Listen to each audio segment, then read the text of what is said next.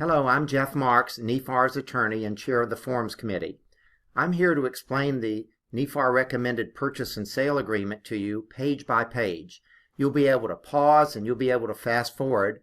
So if you have a question just on something on page 8, you could go directly to that, or of course you're welcome to listen to the whole presentation. Let's start, of course, with line 1. That's the line where you should fill in the name of the buyer. We tell you that you should fill in the complete name of the buyer as shown on a government ID or some other ID. So don't put Joe Smith. If you can put Joseph Paul Smith, it's better. And of course, we need you to show marital status. We indicate that over here on line 3, that we want you to show the marital status. And that's because Florida's homestead law says that while you can buy a property without your spouse, you can't mortgage the property without your spouse.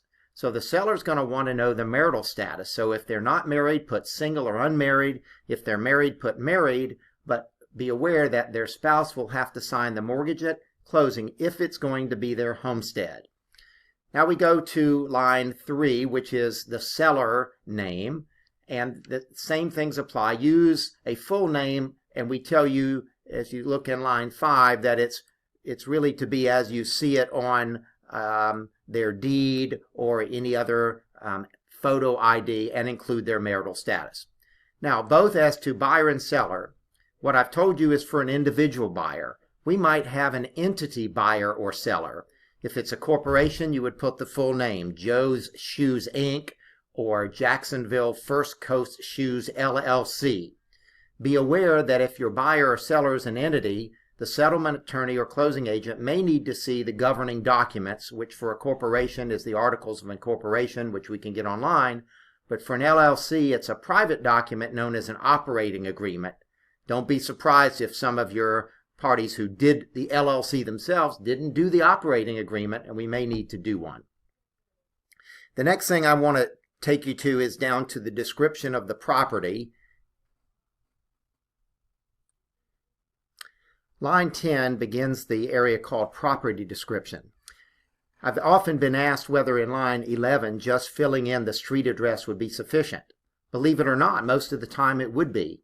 The law of Florida is that if a licensed surveyor can find the exact property from the information you put there, then it's enough to make the contract valid. But of course, we want more than the street address. We'd like you to put in the legal description, which begins in line 13.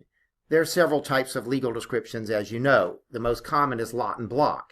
You would type in or write in lot 3, block 4, Happy Acres, and if you want to go further, per Plat Book 48, page 12. If it's a condominium description, that is short as well. That will fit in that space. Say condominium unit 214 Seascape condominium. That would be sufficient. If it's a longer description known as meets and bounds, meets meaning measurements, bounds meaning direction or angle, I would suggest that you type in 1 or 2 lines from the meets and bounds and say as more fully described on Exhibit A or Rider A or Addendum A, and then add a piece of paper. Another way to do the same thing is just to say, see description in deed recorded in official record book such and such. That would be where the legal description in the seller's deed would be. Don't forget line 12 as well. If you can fill in the property tax ID number, that is helpful. Next, I want to go to this part that's very important beginning in lines 19. You can see that it's bold and it repeats what I told you before. Under Florida law, financing of a buyer's principal residence requires buyer and buyer's spouse to sign the mortgage, and under Florida law, the sale of a principal residence requires the seller's spouse to sign the deed, even if the spouse's name is not on the seller's deed. So if a seller tells you that they got married just 2 weeks ago and that the new spouse has nothing to do with it, that's not correct if it's the seller's homestead. The new spouse will have to sign the deed. They don't sign the closing disclosure, they don't get any of the proceeds, but they have to sign the deed to comply with Florida's homestead. Let's go to the purchase price. Our contract is unique in that we don't show the total purchase price as the first line, but rather the last line, in this case line 38. We do that on purpose. It helps you add up the numbers to get the loan amount and the down payment and the binder correct. Speaking of binder, that's in line 24. When I teach orientation, I tell them one of the 3 or 4 major learning points is that listing agents and sellers should insist on getting good binder deposits. I don't know exactly what good is, but we do know that the seller's only remedy if the buyer breaches or defaults is to keep the binder. And of course, the listing agreement says that you, the listing agent, gets half of that if you want it. So it would save transactions where a buyer may have just a $1,000 binder and may be willing to lose that to walk away, and maybe if they had a $3,000 or $4,000 binder, they would not. So the binder is most typically paid when the offer is made. So you would fill in an amount in line 24. In line 26, alternatively, some people like to say the binder is due within a few days after acceptance. I think most sellers would accept 1, 2, or 3 days after acceptance. Don't ever accept a post-dated check as a binder because the state attorney won't prosecute it if it bounces, and just use line 26 instead. Line 28 would be for an additional binder. Maybe the buyer says I can pay $1,500 now with the offer, and in 1 week on my next payday I could pay another $1,500. That's not often used, but that's why it's there. If it's not used, what should you do with that line 29? We're not particular. You could put a 0, you could put a dash line, you could leave it blank, or you could put N/A for not applicable. It just doesn't matter.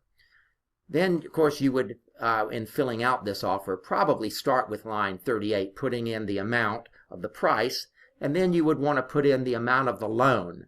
And again, if you would calculate that based on a conversation with the buyer. The difference between the purchase price and the loan amount is the down payment, but that would be too much in most cases to be the binder deposit. So you'll be using paragraph 1D, balance due at closing, and in line 32 you would fill in that amount. So let's take a simple math example. If line 38 is $100,000 and they're going to put down 20% to get a loan without PMI, and then the proceeds of the loan in line 35 would be $80,000, and then we have to decide how much is the binder deposit going to be.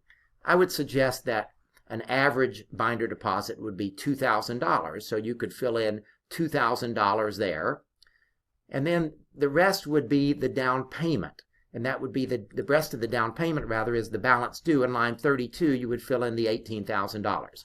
It's okay to leave all of the other lines blank or put 0 or dash or NA. Please note some things about 1D. The balance has got to be paid by a wire transfer or, if allowed, by the settlement agent, a cashier's check or an official check from a credit union.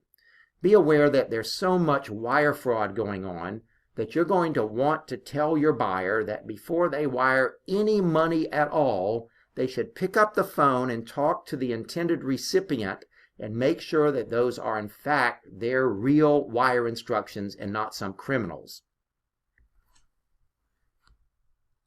Beginning in line 39, you need to fill in the name of the entity holding the binder deposit, whether it's your brokerage or whether it's the settlement agent, an attorney settlement agent, or a non-attorney settlement agent. The FREC law requires that the name, address, and phone number be put in the contract, and we've added a place for fax and email.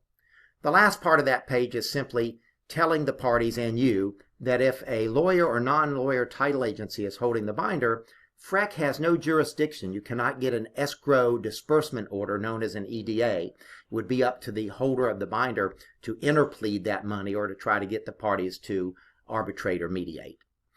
All right, let's go to page 2. That's the financing information. Obviously, the choice that would make a seller happiest is for you to mark box 48. They would love to have a cash transaction. Line 49 is probably the least common, where it would be loan without financing contingency. That would be where you have a buyer who's so confident they're going to get the loan based on their pre-approval and their credit and their job that they're saying, I want to induce the seller to sell me this house. I'm going to get a loan, but if I don't, I'll lose the binder. Line 50 is certainly the most common. You're going to mark that almost all of the time, unless there's a cash transaction. And then you have to mark the next boxes that say the loan is or is not conditioned on the sale of other property. It's not fair to sellers to find out on the 45th day of loan approval that the buyer didn't get the loan because they didn't sell another property when the seller didn't know they had one to sell. So it's critical that you mark it because it says if neither box is marked, then it is not conditioned on sale of other property, and the buyer would lose their binder if they don't close for that reason. In 53 and 66 and 72, we give you a box that you can simply mark with a check mark or an X to make the transaction contingent on appraisal. In fact, for FHA, you've got to mark line 53, and in line 58, you have to fill in the dollar amount of the price. And for VA, you've got to mark line 66. Those are words that say the same thing, but VA has certain wording and FHA has certain wording. We copied that wording in lines beginning in line 72, where you can make a conventional or USDA loan conditioned on appraising with a simple check mark or X. So the only time that you cannot make this contract contingent on appraising is for a cash transaction. Most cash buyers don't get appraisals, but if they wanted to make it conditioned on an appraisal that they'll get, you would then go to paragraph 17 and write in something like this. This agreement is contingent, comma, at buyer's option, comma, on the property appraising for at least the purchase price. Line 79 is not used that often, but it's a great time to have seller financing because sellers can earn so little interest on their money in the bank if they sell the property and don't need the proceeds to buy another one. That would be a great time, and mortgage assumption is so rare that we won't even spend time on it. Beginning with line 81 is more important. When should the buyer apply for the loan? The seller would like the buyer to apply sooner than later, so we say if you leave it blank, 5 days is when they must apply, and I think that's suitable for almost all occasions. Sometimes you'll have a buyer that's away and they can't do it for maybe 7 or 10 days. Now you'll notice a change beginning in lines 84, 85, and 86 as to when the appraisal can be paid for. A year ago when we came out with this contract, the CFPB rules were new and we didn't know exactly when the buyer could pay for the appraisal, so we set it the earliest date allowed by law. We're pretty sure now that that earliest date is now when the buyer signs and returns to the lender a document generally called Notice of Intent to Proceed. So now if you'll read this, it says buyer will pay for the appraisal within 3 days after providing lender with written notice of intent to proceed and will instruct the lender to order the appraisal within 3 days after time of such payment. Otherwise, buyer's in default. Now we can't make the lender do anything. They're not a party to this contract, but we can at least make the buyer pay for it and make the buyer tell the lender to order it. We say in the next 90 through 93 where there's bold, we do say that we want the buyer to share and the settlement agent to share a copy of the closing statement with you. It's important that you look at it before closing to make sure all the costs are correct.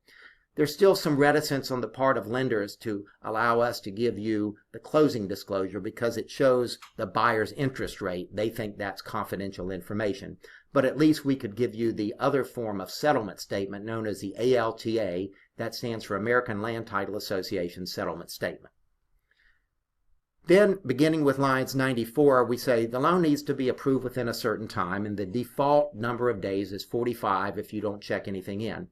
Be careful, sellers and listing agents. You don't want a time period that's so short that can't be met, because beginning in line 97, it says the buyer could terminate the contract and get their money back if they don't get the loan within that time. So be hesitant to accept an offer, sellers and listing agents, if it's under 30 days. Even 30 days would frighten me because the lenders have to at least get the property appraised, and sometimes that takes a while. The next paragraph is 3 that determines the time when we close, or the date.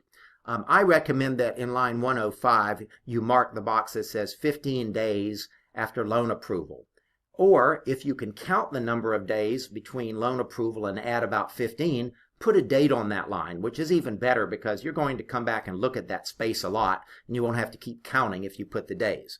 The reason we recommend 15 after loan approval is if you will look back at look forward to line 379, it says that if the seller agrees on any repairs, the seller has 10 days after loan approval to do those repairs, and buyer has time to inspect.